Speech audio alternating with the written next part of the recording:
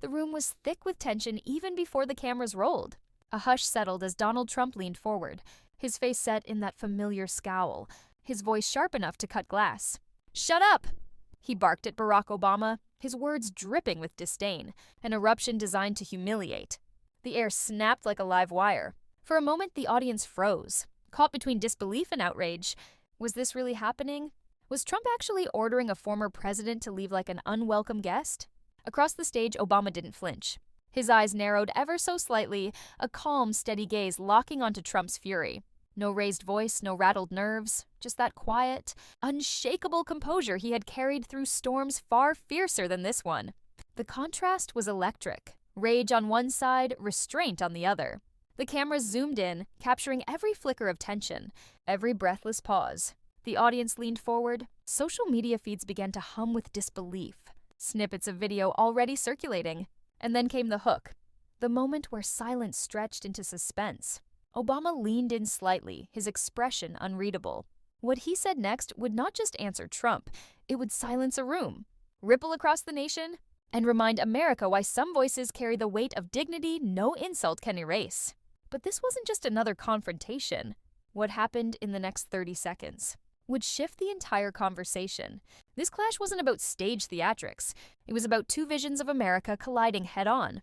On one side, Trump embodied the politics of dominance. Loud, unyielding, dismissive of tradition and civility. His outburst was more than just disrespect toward Obama. It was a message to anyone who dared challenge his authority. But Obama represented something different. He stood not as a man defending his ego, but as a symbol of resilience, fairness, and calm strength. Every eye in the room sensed it. This wasn't just about a heated exchange. It was about values, dignity, and the soul of American democracy. Commentators watching live whispered to one another, what would Obama do? Would he walk out, dignify the insult with silence, or strike back with the sharpness of 1,000? Speeches honed over years of battles in Washington? For Trump, it was business as usual. Use force, belittle, and dominate. But this time, he wasn't facing an ordinary opponent. He was facing a man who had already carried the weight of the nation, who had stood unshaken under pressure that would have broken others. Tension was no longer confined to that room. Phones buzzed, hashtags trended. It wasn't just a clash of personalities. It was a test of leadership, of vision, of what America chooses to stand for. And the clash didn't stay confined to the stage. It was about to explode across the nation. Donald Trump's rise was built on disruption. The businessman turned politician prided himself on breaking rules, shattering norms, and bulldozing through criticism. To his supporters, that brashness felt like authenticity. To his critics, it reeked of arrogance and insecurity. This moment with Obama wasn't an anomaly. It was the culmination of a long pattern. Trump had mocked war heroes, belittled women, attacked journalists, and dismissed entire communities with a wave of his hand. His strategy was simple. Dominate the conversation, leave no room for nuance, and bury opponents under a barrage of insults. But beneath the bravado was something else, a fear of being overshadowed. And if there was anyone who could overshadow Trump, it was Barack Obama, the man whose very presence challenged Trump's ego. Obama represented competence, grace, and popularity that Trump could never quite match. So when Trump barked, "Get out," it wasn't just theater, it was desperation. A desperate attempt to control the narrative, to remind the world that he was still the loudest voice in the room. Yet history has a way of turning arrogance into downfall. Every insult leaves a mark, every display of disrespect a crack in the armor, and arrogance only works until it meets someone who refuses to play by those rules. Barack Obama's journey had been one of improbable ascension. The son of a Kenyan immigrant and a mother from Kansas, he had risen from community organizing on Chicago's South Side to the highest office in the land. His story wasn't just about politics. It was about persistence, resilience, and the audacity of hope. Throughout his presidency, Obama had faced a barrage of criticism, often unfair, sometimes deeply personal. Yet time and again, he met it not with anger, but with calm reasoning, sharp wit, and unshakable dignity. That composure became his signature. He didn't need to shout to be heard. He didn't need to demean to win. Now, facing Trump's fury, Obama was drawing from the same well of resilience that had carried him through crises far more daunting. He wasn't just defending himself, he was carrying the expectations of millions who saw in him the embodiment of grace under fire. He was prepared. He was steady. And he was about to remind the world why his voice still mattered. Because in that moment, only someone like Obama could flip the script. Trump leaned back in his chair, arms crossed. His glare locked on Obama. He wasn't done. "Oh, you failed this country," he sneered, his voice rising. "You don't belong here." His words dripped with venom, each line an attempt to rattle the man sitting across from him. But Obama didn't move. Instead, he tilted his head slightly, as though studying Trump like a puzzle that wasn't particularly challenging. He let the silence stretch, forcing Trump's anger to echo louder than it deserved. Then, with measured calm, Obama began to respond, not with insults, but with precision. Each point Trump threw, Obama countered with clarity, facts, and a tone that never wavered. His cadence was deliberate, his arguments layered. Slowly, the audience began to shift. The balance of power was tilting. Trump's bluster seemed louder, but emptier. Obama's calm seemed quieter, but heavier. The cameras captured it all, the widening eyes of those in the room, the subtle nods of approval, the tension building like a storm about to break. And then came the moment, the pause, the silence before the storm. Obama leaned forward, his voice low but commanding. And then, in one unforgettable moment, Obama unleashed the words that changed everything. "You keep telling people to get out," Obama began, his voice steady, his gaze unwavering.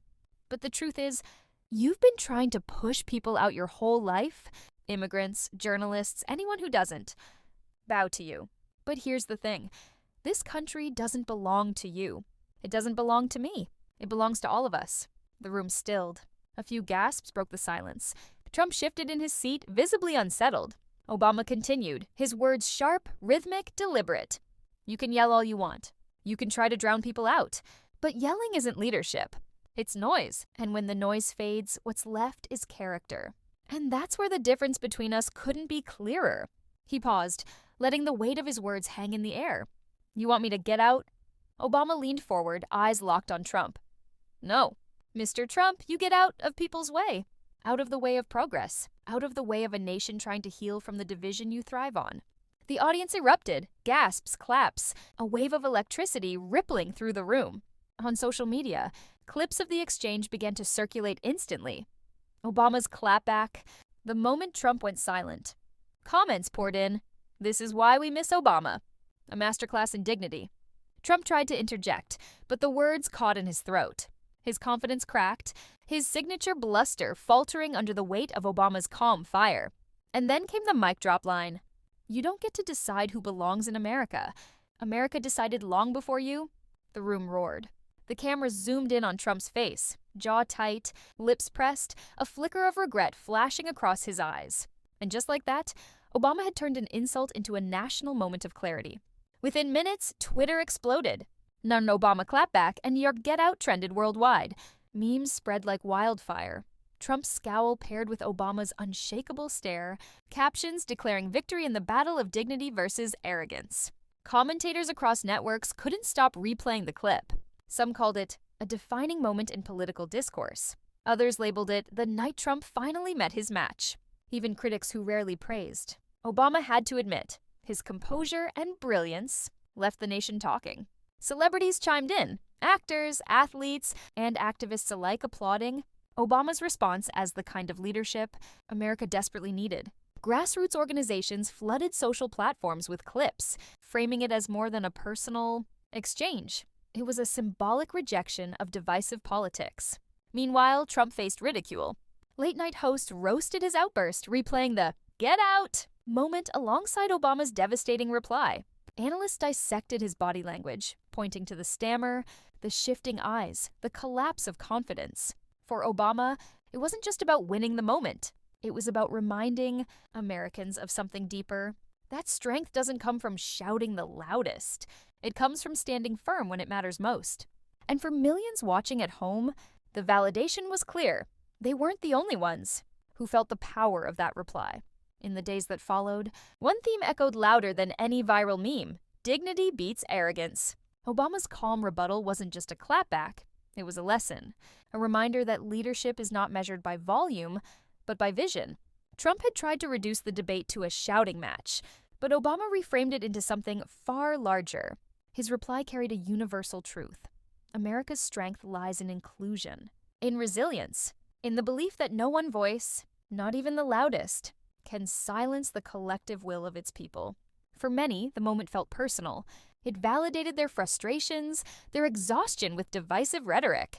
It reassured them that character still mattered, that dignity still had a place in the public square. Obama's words became more than a rebuttal. They became a rallying cry. And in that rallying cry, people found hope.